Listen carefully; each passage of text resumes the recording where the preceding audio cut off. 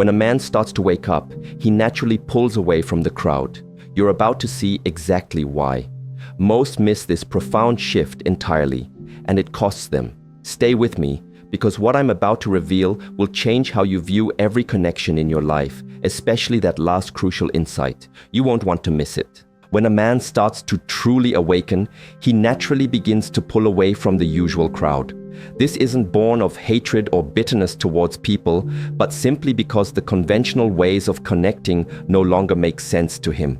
Most conversations he encounters revolve around surface-level topics like status, gossip, or shared complaints. Once he starts to see through these common themes, it becomes increasingly difficult for him to engage in them genuinely. He's not isolating himself out of pride or judgment. He simply stopped chasing the same external validations that others are still pursuing. As this shift occurs, he keenly observes the underlying performance in everyday interactions, the constant need to be liked, to belong, to utter only the right things. Without drawing attention to it, he quietly steps back from this social theater. People might still wave, offering polite small talk, but he realizes the deeper connection isn't there, perhaps because it was never truly authentic to begin with. He doesn't cut ties or burn bridges, he simply stops pretending, and when he ceases to play a role, that distance creates itself. This marks the quiet beginning of solitude, not loneliness, but a necessary space that forms between the man he once was and the man he is destined to become. He starts to clearly perceive that what often binds people together isn't genuine depth or truth, but rather ingrained habits, comfort, and a shared set of illusions. People frequently bond over common frustrations, like complaining about their jobs, or through the pursuit of superficial status symbols, or even by fiercely defending ideas they've never truly bothered to question. He admits he used to participate in these same patterns, mistaking them for real connection. Now, however, these interactions feel less like connection and more like distracting noise. He begins to notice how often people speak merely to avoid silence, and how much energy is invested in maintaining appearances, always seeking validation, agreement, and reassurance. Once he no longer feels a personal need for these external affirmations, he becomes acutely aware of how dependent others often are on them. He understands that many relationships endure not because of a foundation of honesty, but because everyone tacitly agrees to keep the comfortable, shared narrative alive. While he still cares, still listens, he can no longer bring himself to simply play along. This subtle yet profound internal shift invariably creates a noticeable distance. From the outside, he might appear unchanged. He continues to show up, remains polite, and hasn't vanished entirely from social circles. But a fundamental change has taken place deep within him, and those around him can sense it, even if they can't quite articulate what it is. They pick up on the fact that he's no longer striving to impress anyone, that he isn't seeking approval, and that he's opted out of the endless social games. Some may find this new demeanor admirable, while others find it unsettling. He's no longer easy to read because he's stopped performing. He doesn't flatter, doesn't compete, and doesn't feel obligated to entertain, making him difficult for people to categorize or place in their accustomed social boxes. People might label him as distant, too quiet, or simply changed. What they truly mean is that he no longer fits the roles they had assigned to him. They often preferred him when he reflected their own values back to them. Now, however, he embodies something entirely different, something profoundly grounded and completely independent of needing to be liked. They see him, but they don't truly know him, because knowing him now would require them to embrace the clarity he sees, and most people aren't yet ready for that journey. He once believed that staying truly connected meant constant involvement, showing up, actively participating in conversations, and tirelessly maintaining social appearances. But over time, that definition drastically changed for him. As his priorities turned inward, he naturally stopped engaging out of sheer obligation. This wasn't because he cared less, but because he no longer required others to affirm his place in the world. He still profoundly values genuine connection, but only when it doesn't demand constant engagement, emotional performances, or subtle negotiations for approval. He doesn't withdraw out of resentment. Rather, he simply no longer finds genuine value in relationships built on pretense or unspoken expectations. To those accustomed to purely transactional connections, his presence can indeed feel distant, but in reality, he simply shed the old role he used to play. He no longer speaks merely to keep the peace or sees himself solely through the eyes of others. What emerges in this newfound space is not a void of loneliness, but a powerful, unshakable clarity. It's a calm independence that allows him to remain deeply rooted, even as people and situations come and go.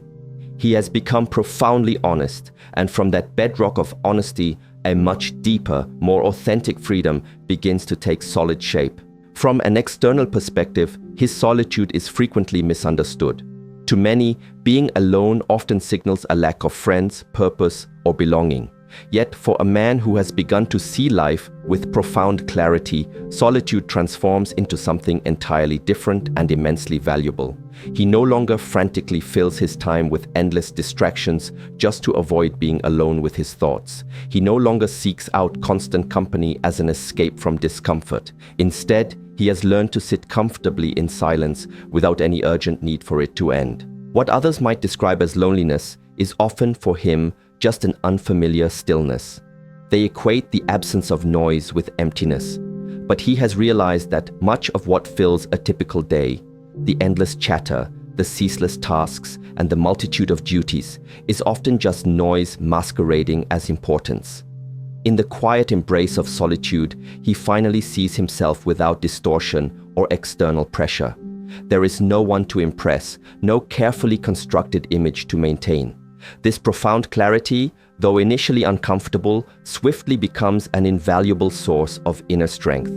He doesn't deliberately avoid people, but he also no longer relies on them to feel whole or complete. This fundamental shift often confuses others. They might assume he's become withdrawn, disconnected, or even arrogant. In truth, however, he is simply content with his own presence.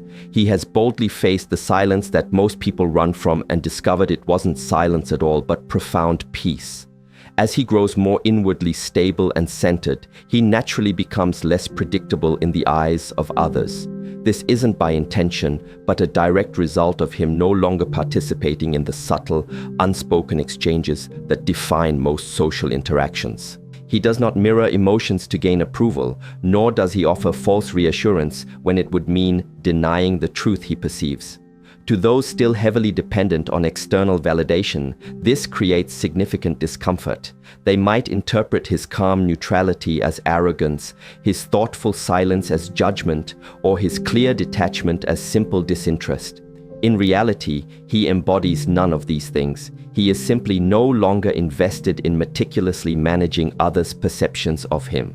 Much of what people label as connection is actually an elaborate performance, a mutual agreement to keep certain comfortable illusions meticulously intact. Once he steps outside that intricate arrangement, his mere presence can be profoundly disruptive. He doesn't argue, provoke, or try to convert anyone to his way of thinking. However, the sheer absence of those familiar social signals, approval, flattery, emotional reinforcement, makes others profoundly uneasy. Many of his previous friendships begin to gently fade away, not due to conflict, but because the superficial foundation upon which they stood no longer holds firm. He starts to notice how frequently relationships are maintained through shared complaints, routine habits, or the mutual reinforcement of well-worn personal narratives. Once he ceases to participate in these patterns, the connections naturally weaken and dissolve on their own. He no longer feels compelled to offer agreement merely for the sake of belonging. He no longer engages in conversations that deliberately avoid substance, and he has absolutely no interest in maintaining ties that require him to shrink his true self or dim his inner light. This shift isn't a rejection of others, but a natural consequence of a profound change in what he is willing to invest his precious energy in. True friendship for him becomes something far quieter, simpler, and profoundly more rare. It is no longer based on shared illusions, but on a deep mutual recognition. Two individuals who don't need each other, yet consciously choose to walk alongside one another without demanding anything in return. These genuine connections cannot be manufactured. They emerge naturally, if at all, and only when both individuals have stopped seeking to be completed by another. Most social interactions rely on a dense web of unspoken rules. You validate my perspective, and I'll validate yours. We won't delve too deep. We won't challenge each other's core assumptions. We'll pretend to agree, even if we secretly don't. He used to abide by these rules because everyone else did. But once he starts operating outside of them, the entire dynamic begins to unravel. He no longer offers comfort simply to ease tension, nor does he pretend to agree when he genuinely doesn't. He's finished with the little acts that keep everyone else feeling safe and secure, but leave him feeling profoundly false. This isn't an act of defiance, it's an emergence of crystal clear clarity. And that clarity is inherently disruptive, because it starkly exposes how much of everyday life is rooted in a mutual avoidance of truth. People notice, even if they don't fully comprehend what has changed. They sense the shift, feeling that something familiar has gone missing, that constant, comfortable exchange of validation, reassurance, and distraction. And without him actively feeding that intricate social system, the system itself begins to weaken. Conversations start to feel awkward. People gradually stop reaching out as often. What once felt warm and familiar now feels tense and uneasy, not because he did anything wrong, but simply because he stopped playing along. He hasn't rejected anyone. He's merely stopped reinforcing a social structure that he no longer genuinely believes in. As his understanding deepens, something utterly unexpected begins to happen. He starts to need less, not just materially, but emotionally, socially, and even intellectually. He no longer actively seeks external recognition. He no longer relies on others to confirm what he already knows internally to be true. And as that deep-seated need gradually dissolves, so do many of the relationships that once existed solely to fulfill it. This is the great paradox. The clearer he becomes, the quieter his life naturally grows. Not because he has closed himself off, but because so much of what once filled his time was intricately rooted in a search for external affirmation. Without that relentless search, most social activity feels profoundly optional, if not entirely unnecessary. He stops trying to be understood, he stops needing to explain, and he no longer measures his worth or presence by how much space he occupies in other people's lives. From the outside, this might appear to be a profound withdrawal, but internally, it's the exact opposite, a deep settling into something solid, unwavering, and utterly real. He still values genuine connection, but only when it emerges naturally, without demand or forced performance. He hasn't become cold, he has simply become independent. And in that quiet detachment, he discovers a kind of depth that can never be found through attachment or dependency. Once he truly awakens, he can't unsee what he has witnessed. He looks inward and the ceaseless noise quiets to a gentle hum. He looks outward and he sees a world still profoundly asleep. He perceives the false certainty in people's eyes, the well-rehearsed roles they perform, the deeply ingrained beliefs they never dare to question, and the constant, frenetic movement that serves as a mask for an inner stillness they haven't yet dared to touch. He no longer envies what others call connection, because he deeply understands its hidden cost. It often demands agreement, performance, and unwavering conformity, and he simply refuses to trade his profound truth for the fleeting comfort of fitting in. Still, a quiet part of him remembers, a part that softly hopes, not for boisterous crowds, not for constant company, but for someone else who is truly awake, someone who has seen what he has seen, felt what he has felt, someone who doesn't need him to be smaller, quieter, or more agreeable just to feel safe themselves. That kind of meeting is exceptionally rare. It cannot be forced, and he would rather wait in honest silence than pretend in hollow conversation. So he walks alone, not because he particularly enjoys being apart, but because in a world still largely dreaming, his authenticity is far more valuable than universal acceptance. At some point, this solitude stops feeling unusual. It simply becomes normal, not empty, just wonderfully quiet. He no longer interprets distance as a problem needing a solution. He sees it for precisely what it is, the natural, inevitable result of no longer pretending. While others surround themselves with incessant noise, he has learned to comfortably inhabit stillness. While many tirelessly chase attention, he moves through the world without ever asking to be seen.